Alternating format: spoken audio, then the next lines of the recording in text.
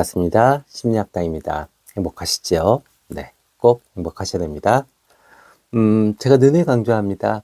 마음 건강이 행복의 전제 조건이라고요.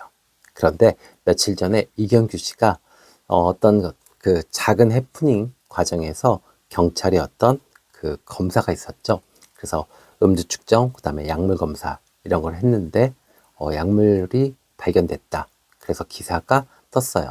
그래서 많은 사람들이 이경규 씨가 마약을 했나?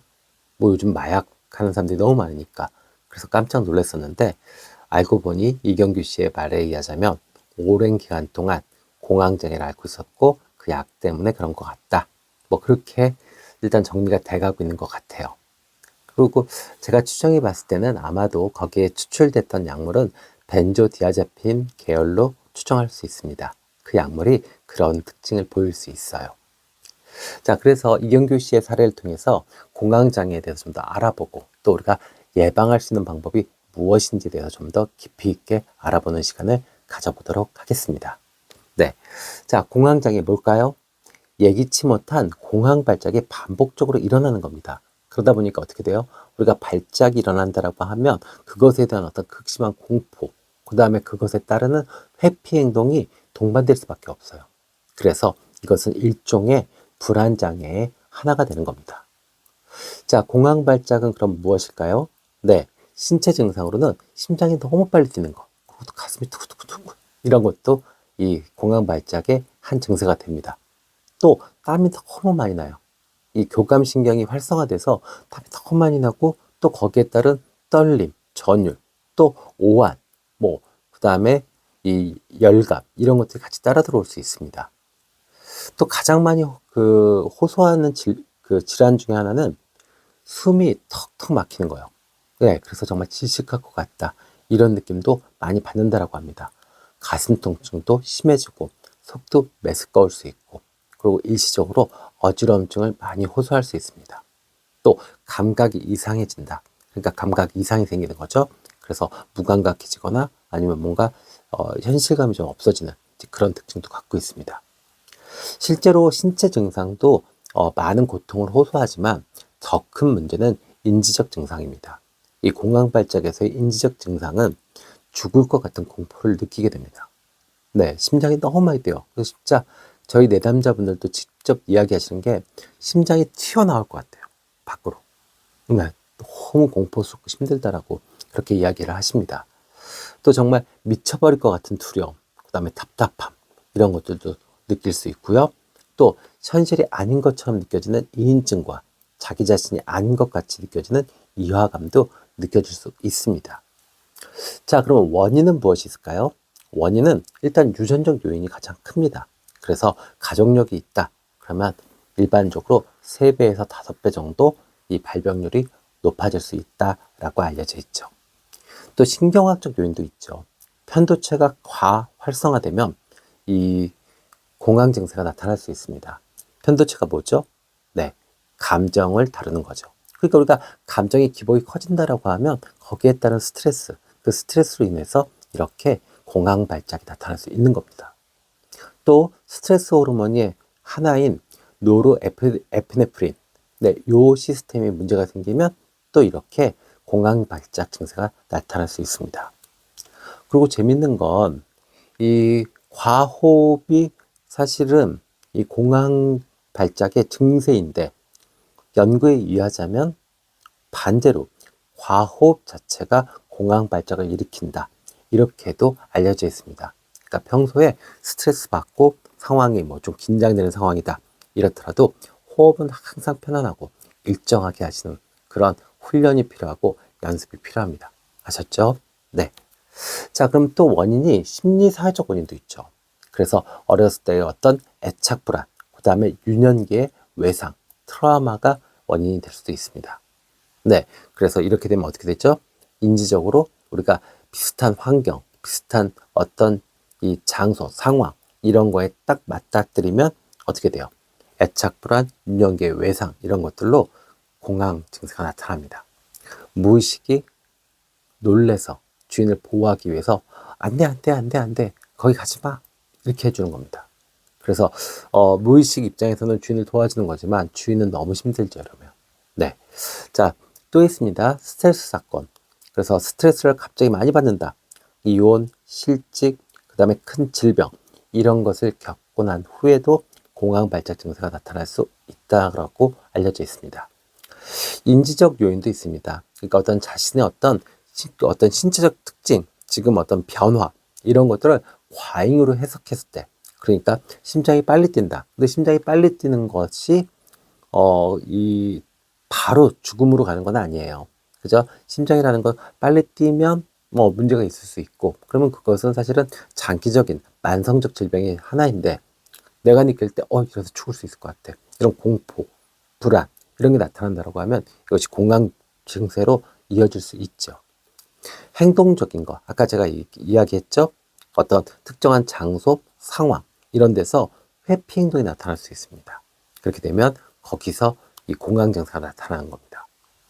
어려서 예를 들어서 놀이동산에서 부모님한테 크게 혼났다. 네. 그리고 부모님이 놓고 가버렸다. 그러면 비슷하게 놀이동산이나 축제 이런 데서 공황 증세가 나타날 수 있습니다. 네. 자, 또 안전 행동이 오히려 이 공황 증세를 더 부추긴다. 이런 연구도 있습니다. 그러니까 예를 들면 내가 공황 증세를 앓고 있으니까 물병을 항상 챙겨 다닌다. 왜? 긴장하고 불안하면 호흡이 일정해지지 않고 또 심장이 빨리 뛰고 가슴이 답답하니까 약을 먹든 아니면 그걸 진정시키기 위해서 물을 꼭 마셔주면 좋겠죠. 그래서 손에 꼭 물병을 쥐고 다닙니다. 그럼 이것이 무조건 좋은 행동은 아니라는 거죠. 안전 행동이지만 오히려 불안을 강화시킬 수 있다는 거죠. 또 긴급 연락처. 항상 부모님한테 30분마다 보호자한테 1시간마다 전화해서 상황을 이야기합니다. 이것도 결코 좋은 건 아니라는 거죠. 또 우리가 이런 분들도 계세요. 실제로 공황을 앓고 있는 분들 중에 데이트나 아니면 사적인 어떤 만남, 약속을 꼭 병원 근처로 잡으시는 분들 계세요. 혹시라도 내가 문제가 생기면 응급실에 가야 되니까. 그러면 이것은 오히려 나를 건강하게 보호하는 게 아니라 오히려 불안을 강화시키고 불안을 지속시키는 작용을 하게 되는 겁니다. 그러니까 적당하게 좀 인정하시고 좀 무던하게 생활을 하시는 것이 오히려 좋지요. 그래서 저는 그거는 제안을 해드립니다. 그래서 이렇게 메모장 같은 거를 이렇게 써가지고 코팅을 해서 네, 가방 같은 데 이렇게 예쁘게 이렇게 달고 다니시라고, 키링처럼. 근데 거기에는 예를 들어서 제가 공황 장애를 앓고 있습니다. 그래서 혹시라도 발작 증세가 일어나면 보호자 누구누구에게 연락을 해 주십시오. 이렇게 해서 달고 다니면 그거 하나 정도는 괜찮아요. 네, 그리고 평소에 잃어버리고 살잖아요. 내가 만약에 공황 증세가 나타났다라고 하면 누군가가 그거를 보고 그 보호자한테 전화를 하거나 대처를 해줄 수 있으니까요. 그렇죠? 그래서 만약에 제 영상을 지금 보고 계시는 공황 발작, 어떤 공황 장애 증상이 있는 분이라면 꼭 그건 한번 해보세요. 아셨죠? 그러면 큰 도움이 됩니다. 네. 자, 예방 너무 중요합니다. 그래서 가장 중요한 건 생활 습관을 바꾸는 겁니다. 일단은 루틴화 시켜야 돼요. 규칙적인 생활을 해야 됩니다. 뭐죠? 자는 시간, 일어나는 시간. 이거부터. 그 다음에 또 뭐 있죠? 먹는 시간이요. 아침 먹는 시간, 점심 먹는 시간, 저녁 먹는 시간 딱딱 정해놓으면 좋습니다. 그러면 신체 리듬이 생기기 때문에 몸과 마음이 좀 더 리듬이 찾아지고 건강해질 수 있습니다. 자, 그 다음에 카페인, 알코올, 니코틴. 이 3대장이죠. 현대인들의. 근데 이것도 가급적이면 줄이시고 또 더 나아가서 끊는 게 가장 좋죠. 그리고 누누이 강조합니다. 유산소 운동이요. 걷는 거, 뛰는 거, 자전거, 수영 이런 것이 이 평소에 생활 습관으로 되면 분명히 이 공황 증세를 예방할 수 있습니다. 평소에 스트레스 관리도 잘 하셔야 됩니다. 그래서 이 혼자서 천천히 몸을 움직이는 그런 운동들이 있죠. 대표적으로 요가. 그죠? 요가도 꼭 학원 다니시면서 다 함께 이런 거 안 하셔도 돼요. 유튜브 같은 데 보시면 아주 멋진 선생님들이 정말 희한한 동작들 잘 가르쳐 주십니다. 근데 그런 거 매일매일 저녁에 따라해 보세요. 그러면 분명히 좋아질 겁니다. 또 명상도 있고요. 복식 훈련, 복식, 호흡, 네, 훈련도 있죠. 이런 것도 해보시면 좋습니다. 그리고 제가 제일 강조하는 거는 이겁니다. 네, 감정 일기 쓰기입니다. 하루의 일을 뭐 객관적인 사실, 누굴 만났고 뭐 했고 뭐 했고 뭐 했고 뭐 먹었고 뭐 먹었고 이거 말고요. 내 감정이 어떻게 흘러가고 있는지 이것에 대해서 한번 쭉 글을 써보는 겁니다. 그러면 재밌는 건 이 과정에서 내가 나를 납득시키고 메타인지가 활성화될 수 있습니다. 그냥 지나간 사건들은요, 정리하지 않고 지나간 사건들은 그냥 전체 아울러서 내가 항상 불안하고 긴장한 상태이기 때문에 좋은 감정으로 그걸 기억 못해요. 근데 하나하나를 내가 체크를 하다 보면, 아, 이때는 정말 좋았는데, 그때 좋았는데, 내가 그 좋은 걸 모르고 지나가는 경우가 많아요. 그래서 이렇게 감정 일기를 쓰시면 메타인지가 활성화돼서 자기 자신을 관리하기가 훨씬 더 쉽습니다. 아셨죠? 네. 또, 사회적 지지도 계속 유지하셔야 됩니다. 좋은 친구와 커피 한 잔, 산책, 수다, 뭐 이런 거 좋죠. 또 만약에 좋은 친구가 지금 현재 없다.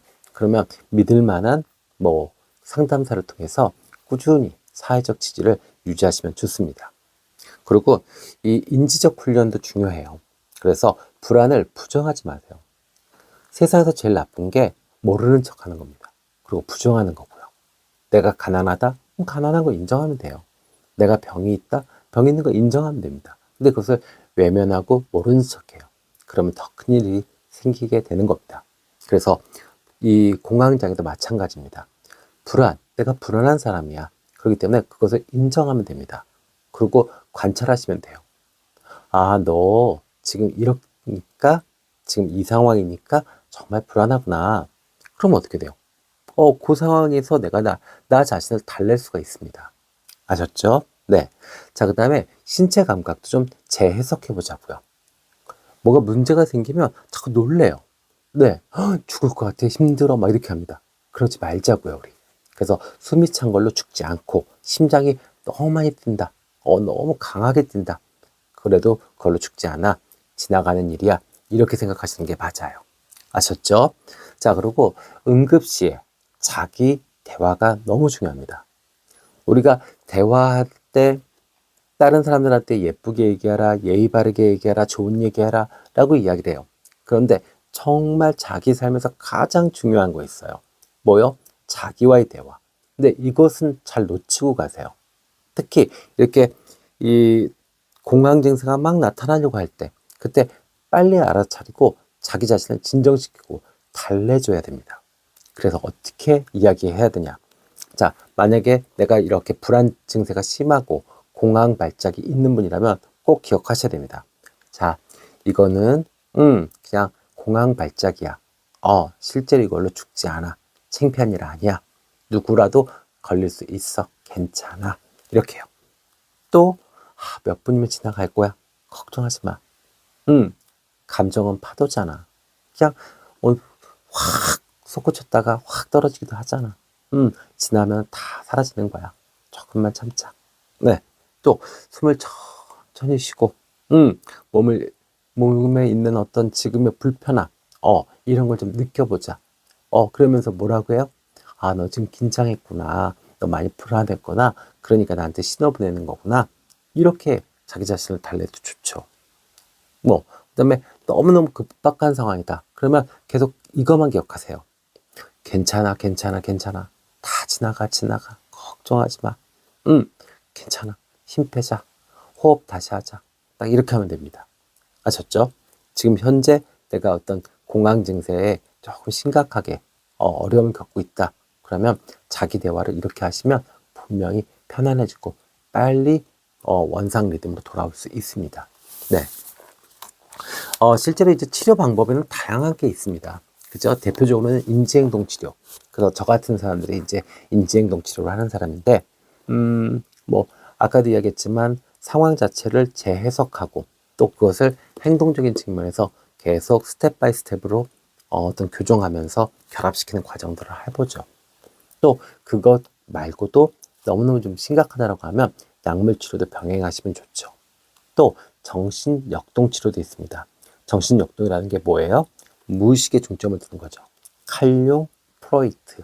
그죠? 네, 그렇다면 이건 뭐예요? 어린 시절의 어떤 트라우마를 꺼내내서 그것을 치유하는 거죠. 네.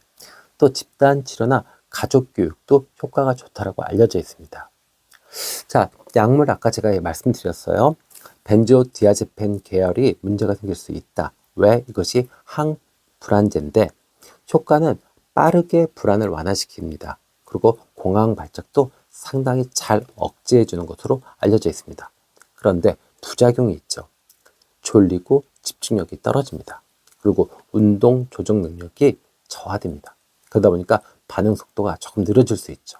그리고 또 의존성도 있고 또 내성 가능성도 높은 약물로 알려져 있습니다.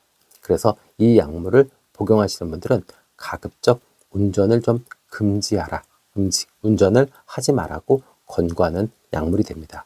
그래서 아마 제가 추측해 본 결과 이경규 씨한테 이 발견됐던 약물은 이 벤조디아제핀 계열로 추정할 수 있습니다. 네, 그러면 약은 그러면 어떻게 되는 거냐? 매일 거의 꾸준히 드셔야 됩니다. 왜냐하면 이것은 지속적인 치료제이기 때문에 그래요. 그래서 갑자기 약을 끊으면 오히려 리바운드 효과가 나타납니다. 그러니까 반동성이 악화되는 겁니다. 그러니까 더 강해지는 거죠. 그래서 갑자기 약을 끊거나 그러시면 안 되고요. 꾸준히 드셔야 됩니다. 그리고 또 금단 증상도 나타날 수 있죠. 현기증, 감각 이상, 불안이 증폭되고 이럴 수 있습니다. 그리고 일반적으로 의사와 상의한 결과랑 상관없이 자기 자신이 일방적으로 끊었을 때는 재발률도 상승하는 것으로 알려져 있습니다. 그래서 한번 약물을 드시게 되면 증상이 완화되고 호전돼도 한 6개월에서 한 12개월 정도는 약물을 꾸준히 드시는 게 정신건강 그리고 어떤 공황 증세를 완전히 치료하는데 큰 도움이 되는 것입니다. 아셨죠? 네. 그리고 약물 드신다. 나 정신과 약 먹는데 이렇게 생각하지 마세요. 네. 그냥 다르게 생각해 보십시오. 내가 고혈압이에요. 그러면 만성질환이잖아요. 그죠? 내가 당뇨야. 그러면 그거 가지고 내가 스트레스 받고, 물론 스트레스 받죠. 근데 이 정신과 약 먹는 것처럼 편견이나 아니면 부담감에 시달리는 건 아니잖아요. 그죠? 그러니까 똑같은 겁니다. 그냥 내가 만성질환이야. 근데 정신적으로 신경회로에 좀 문제가 있어. 그래서 난 꾸준히 관리를 해야 돼. 이렇게 생각을 하시고 약물을 드시면 별 문제 없습니다. 그리고 가급적 약 드시고서는 운전하시거나 이러면 본인도 위험하고 타인한테도 피해가 될 수 있으니까 가급적 운전은 피하시는 게 좋고요. 아셨죠? 네. 오늘 이렇게 이경규 씨의 사례를 통해서 네, 그 공황 장애와 그 예방법에 대해서 알아봤습니다. 다시 한번 말씀드립니다. 행복의 가장 전제 조건은 기초는 뭐다? 마음 건강이다. 아셨죠? 오늘 하루도 마음 건강하게 생활하시기를 기원합니다. 지금까지 함께 해주셔서 감사합니다. 심리학당이었습니다.